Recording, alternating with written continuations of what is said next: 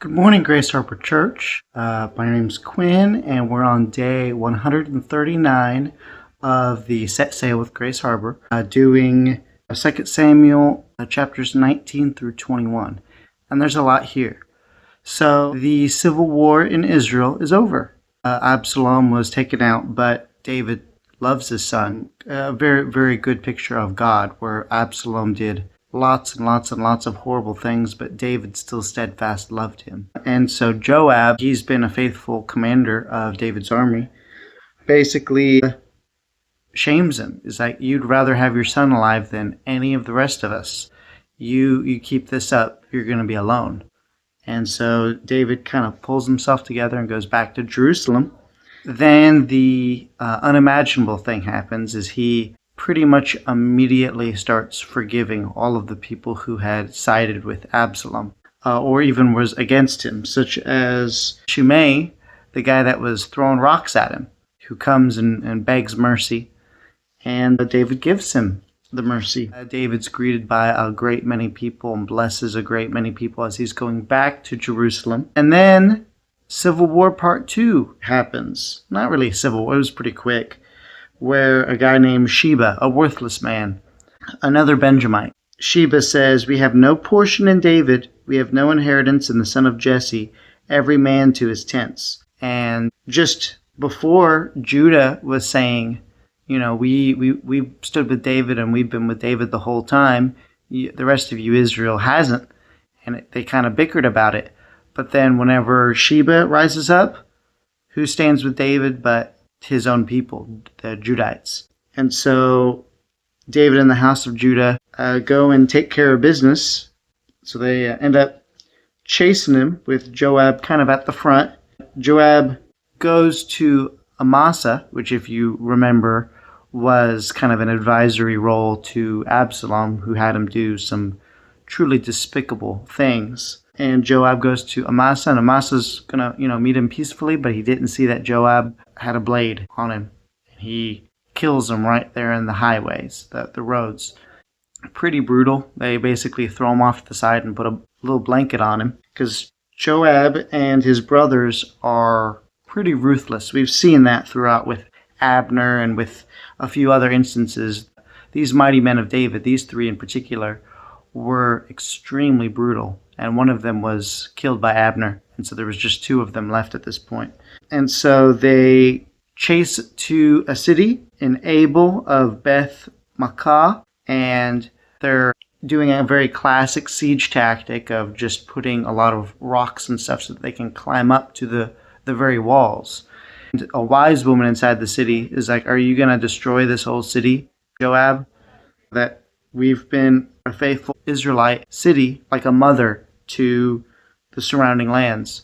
Joab's like, "Okay, I won't do it, but throw the guy we're after's head over." And the wise woman finds Sheba, and they toss his head over. Joab blows the trumpet. It's like, "We're done here," and everyone goes home, and he takes the head with him. Kind of seems a bit like a Hollywood movie, honestly. And then chapter 21, there's a famine, and David's not feeling great about it. Who would? I mean, he's the leader of his people, and a lot of them are starving. And whenever David asks God, God's like, there's blood guilt over what was happened to the Gibeonites, what Saul did to them. So we'll reverse a little bit. If you remember, when Joshua was coming to take care of business in the Promised Land at the very beginning, they came across a group of people who had worn out wineskins, worn out clothes, and they said, "We're from a far land, make a covenant with us," which the Lord had said, "Take out all of the people in the land, don't make a covenant with them, take them all out, the land's yours." So the Gibeonites, many, many, many generations before, were shrewd enough to not be taken out like a lot of the other ones were. And the Lord honored that covenant. The Lord's repaying the blood guilt left by Saul for what he was doing in taking out a lot of the Gibeonites. David goes to him and is like, how can we make this right? And they want Saul's house killed.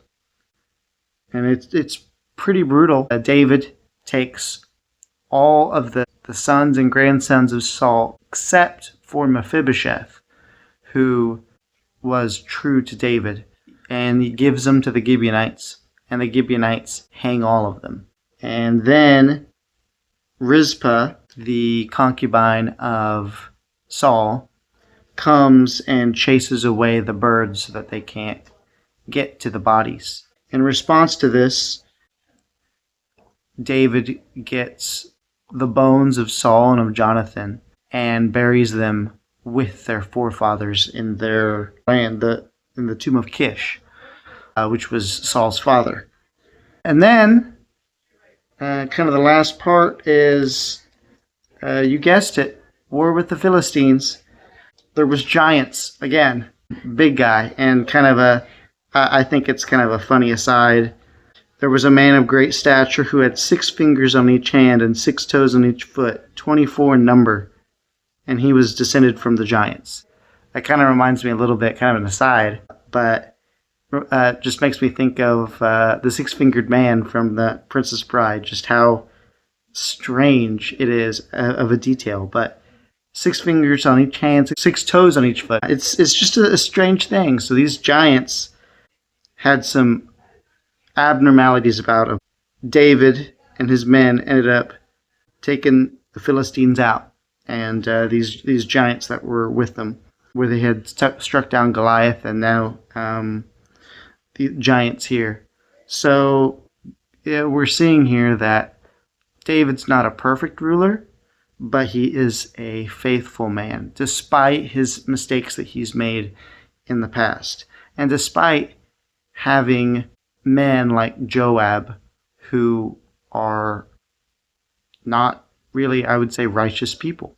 David remains firm and shows that he has a faithful heart and that he will continue to lead his people Israel as God had set up for him.